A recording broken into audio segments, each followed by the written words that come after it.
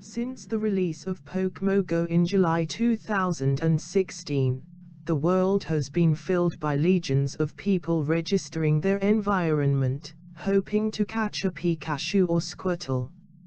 And this army of users do not have to pay a penny, because the developer is giving Niantic game completely free. Or not.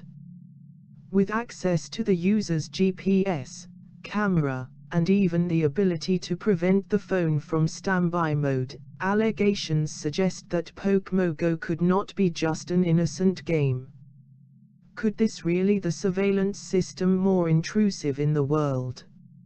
After 2 weeks of release, Pokémon Go reached a staggering 10 million active users, getting ahead of the likes of Tinder or Twitter. However, despite being the fastest growing application in the world, several cybersecurity experts have noted major concerns with the permissions of the game and the privacy policy. Adam Reeve, of Riddle Information Security, called Pokémon Go a great security risk, while David Kennedy argues that binary defense systems is a big problem of security and privacy. It's easy to see why. Apart from the incredibly accurate location tracking game, access to the cameras means that Pokémon Go players can listen to conversations and see the surroundings. If the government wants to track you or gather evidence against you, Pokémon Go would be the ultimate weapon. And that is not as improbable as it seems, as this section of the privacy policy reveals. Niantic. In essence, they are willing to share any user information that public policy requires, even children.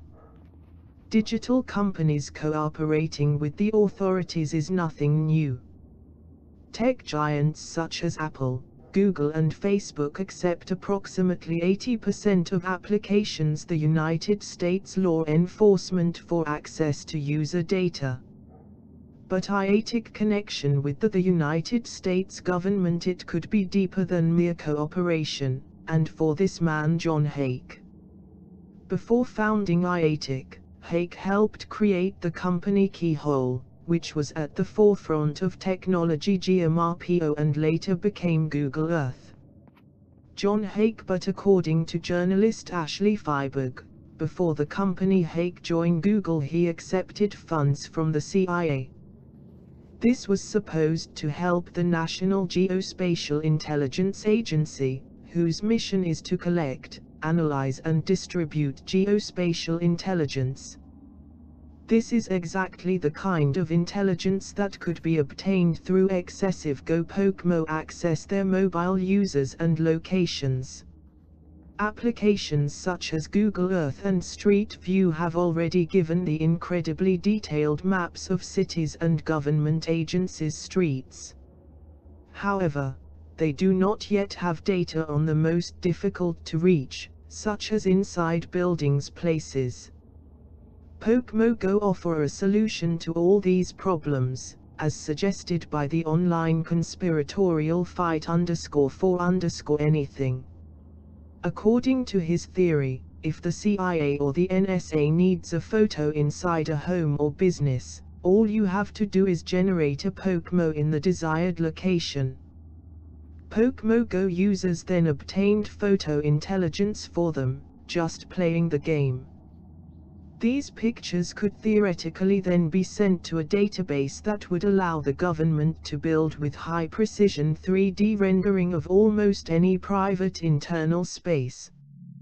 Going a step further, agencies could even gather intelligence in real time, generating a Pokémon in the house of a target in order to get photos of the suspects within hours or minutes. This theory has gained traction particularly in China. Some Chinese citizens have called for a boycott of Pokémon Go, arguing that it is merely a ploy the United States and Japan to unearth secret Chinese military bases. According to them, Nintendo of Japan and the United States. Google may deduct the location of Chinese classified sites to track where users are not allowed to go in order to capture Pokémo. Any limit area for players of Pokémon Go could be marked as a restricted area or military zone. If this is true, then the United States and the Japanese military will have a significant early lead in any future conflict between them and China. However, despite all the rumors in social networks, Pokémon Go not yet been released in China and no release date in sight. And although John Hake has previous connections to the United States government, there is no official link between the CIA and Niantic. But that does not mean that user data are secure. Fairly open game privacy policy leaves open its 10 million users to almost any law enforcement request. In that sense, Pokémon Go is no different from almost any other application on the internet. Like it or not, we are being spied upon by the government. And Pokémon Go is only a potential tool in their arsenal.